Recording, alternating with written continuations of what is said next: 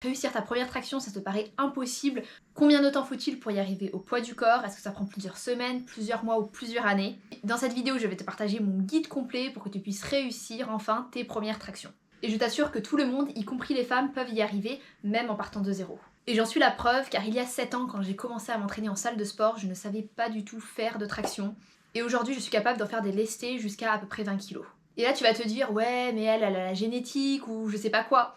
Non, pas du tout. J'avais aucune prédisposition pour pouvoir faire des tractions. J'avais jamais fait de tirage et j'avais pas forcément un dos solide. J'étais aussi plutôt assez fine et il me manquait beaucoup de masse musculaire. Donc j'ai dû pas mal construire du muscle avant de pouvoir faire une traction. Donc je t'assure que si j'y suis arrivée, tu peux largement les réussir aussi. Avant de commencer, d'abord, si c'est la première fois que tu tombes sur ma chaîne, bienvenue. Moi c'est Julie, je suis coach sportive. Et après 6 années de musculation, j'ai décidé de m'orienter dans le street lifting l'année dernière. Sur cette chaîne, je te partage des conseils d'entraînement pour que tu puisses réussir les exercices au poids du corps, pompes, traction, dips et pourquoi pas muscle up. Si tu veux suivre mon évolution et apprendre avec moi, n'hésite pas à t'abonner. Dans la vidéo du jour, je vais te partager mon expérience avec les tractions et je vais te donner 7 points clés à suivre pour que toi aussi tu puisses réussir des belles tractions. Le premier point, c'est de choisir sa prise. Tu peux soit décider de te mettre en prise supination, appelée aussi chin-up, ou en prise pronation, appelée également pull-up. Les chin-up, quand les mains sont en supination avec les paumes vers toi, sollicitent davantage les biceps. Elles sont souvent plus faciles pour débuter et aident à gagner en force sur le haut du corps. Les tractions classiques ou les pull-up, quand les mains sont en pronation, travaillent un petit peu plus le dos et demandent plus de force dans le haut du corps. Elles sont plus difficiles, surtout si tu n'as jamais fait de tirage et si tu n'as pas forcément un passif en natation par exemple. Ce que je te conseille, c'est que si tu débutes et que tes bras sont encore un peu faibles, commence par les chin-up. Personnellement, c'est ce que j'avais fait. Si tu t'entraînes depuis quelques temps avec des exercices de tirage et que tu as déjà un petit peu de force dans le dos, alors tu peux te lancer sur les pull-ups. De façon générale, c'est plus facile de commencer avec la prise en supination, donc en chin-up. Donc voilà, c'est la prise que je te conseille si tu débutes en tout cas l'apprentissage de tes tractions. Une fois que tu as choisi ta prise, je te conseille de toujours garder la même. Ça te permettra de répéter exactement le même mouvement à chaque séance, de garder un pattern constant et de faciliter l'acquisition du schéma moteur.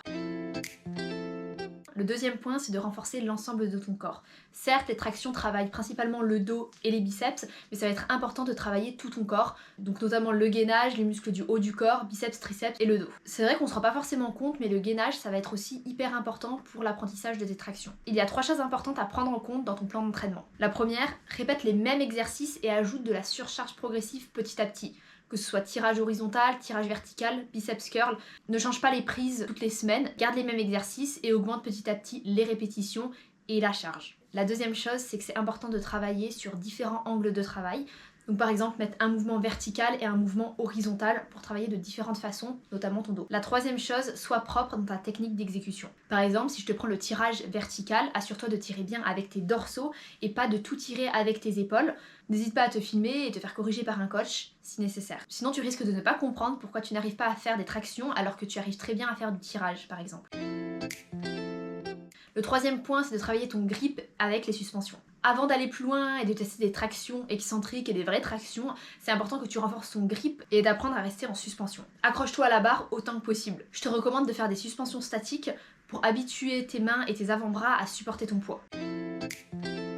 Le quatrième point, c'est de travailler en excentrique pour que tu puisses gagner en force. À cette étape, on va vraiment commencer à construire la force nécessaire pour passer tes premières tractions. Et l'un des meilleurs moyens pour ça, c'est de travailler la phase excentrique, c'est-à-dire la phase de descente uniquement.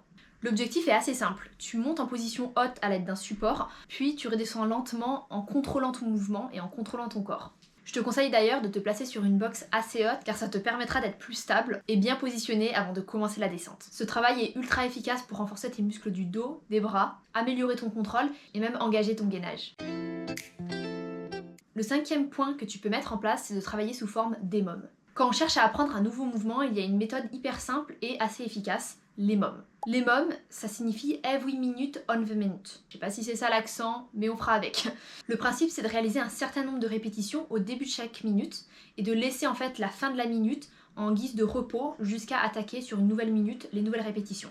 Et cette approche, elle est parfaite pour progresser en traction. Elle te permet de pratiquer souvent sans aller à l'échec et en accumulant assez de volume. Je vais te donner un exemple pour que ce soit un petit peu plus concret. Tu peux faire 2 répétitions par minute avec un élastique de traction complète pendant 6 minutes. Puis la semaine d'après, tu augmentes progressivement le nombre de minutes. Donc la semaine d'après, tu feras 7 minutes, toujours 2 répétitions. La semaine encore d'après, ça sera 8 minutes jusqu'à arriver à un palier par exemple où tu peux bloquer. Donc tu peux faire des blocs par exemple de 4 semaines. et à la fin des 4 semaines, tu as plusieurs solutions. Soit tu augmentes le nombre de répétitions, soit tu diminues la résistance de l'élastique, à toi de voir. Il y a plein de possibilités pour progresser avec des EMOM aux tractions. Dans tous les cas, ça nous emmène au 6e point, la surcharge progressive. Avant-dernier point, et sans doute le plus important, la surcharge progressive. Si tu utilises un élastique pour t'aider, et ce qui est sûrement le cas au début, ton objectif il doit être clair, ça doit être de diminuer progressivement la résistance de cet élastique. Il faut vraiment te forcer à délester progressivement, parce que si tu restes bloqué plusieurs mois avec la même résistance, c'est sûrement qu'il y a quelque chose à changer dans ton programme. Ça peut être le manque d'intensité, ça peut être la technique qui n'est pas optimale, et surtout réussir sa première traction, ce n'est pas forcément quelque chose qui est facile. Ça demande de la patience, mais aussi de se challenger et d'oser sortir de sa zone de confort, et donc oser aussi diminuer la résistance de l'élastique. Faut aussi accepter le fait que ce soit difficile, mais c'est exactement comme ça que tu vas réussir tes premières tractions. Dernier point et le plus important, c'est de répéter le mouvement. Faire du renforcement, c'est très bien et c'est même essentiel pour que tu puisses développer ta masse musculaire et construire la force nécessaire pour que tu puisses passer tes premières tractions. Mais si ton objectif c'est d'arriver à faire des vraies tractions au poids du corps, alors il faut que tu répètes le mouvement. Et pour ça, rien de mieux que faire des tractions. Plus tu pratiques régulièrement, même avec assistance, plus ton corps va apprendre le bon schéma moteur et va devenir efficace. Donc certes, le renforcement te prépare, mais c'est vraiment la pratique du mouvement et le fait de répéter des tractions qui va vraiment te faire progresser. Tu peux facilement travailler 2 à 3 fois par semaine tes tractions, et surtout place-le au début de tes séances car c'est là où tu auras le plus d'énergie. Combien de temps pour réussir ces premières tractions ? Réussir une traction, ce n'est pas facile et c'est normal que ça prenne plusieurs mois quand on part de zéro. Sur les réseaux, on peut facilement voir des personnes qui y arrivent au bout de quelques mois, mais rassure-toi, ce n'est pas la majorité, c'est l'exception. Si je prends mon exemple, j'ai commencé à la salle en 2019 et j'ai réussi ma première traction peut-être en 2021 et encore elle était pas très belle. Franchement je pense que j'ai bien mis 2 à 3 ans de travail avant d'avoir ma première traction, mais voilà, ça dépend aussi de ton point de départ. Est-ce que tu as un passif, on va dire sportif? Est-ce que tu as fait de la natation avant? Depuis combien de temps aussi tu vas à la salle, que tu t'entraînes? Est-ce que tes séances sont intensives? Est-ce que ton plan d'entraînement voilà, il est cohérent, structuré? Est-ce que tu travailles tout ton corps? Comme je te disais, c'est important de travailler toutes les parties du corps, le gainage, le haut du corps, le bas du corps, ça va t'aider en fait à réussir tes tractions. Je sais que ça peut être assez frustrant de voir les autres progresser super vite, mais l'important c'est de te concentrer sur ton propre chemin, de progresser étape par étape et de célébrer aussi tes petites victoires. Rien que le fait par exemple de changer d'élastique et de diminuer la résistance, c'est déjà une très belle victoire. En tout cas, je t'assure qu'avec du travail régulier, de la patience et de la persévérance, toi aussi tu réussiras tes premières tractions. J'en profite pour te rappeler que les places pour mon nouvel accompagnement Stronger Coaching One-to-One sont ouvertes. Je vais t'apprendre à passer tes premières tractions, pompes, dips et pourquoi pas muscle-up. Mais surtout, je vais te concevoir un vrai plan d'entraînement structuré pour débloquer tes premiers exercices au poids du corps.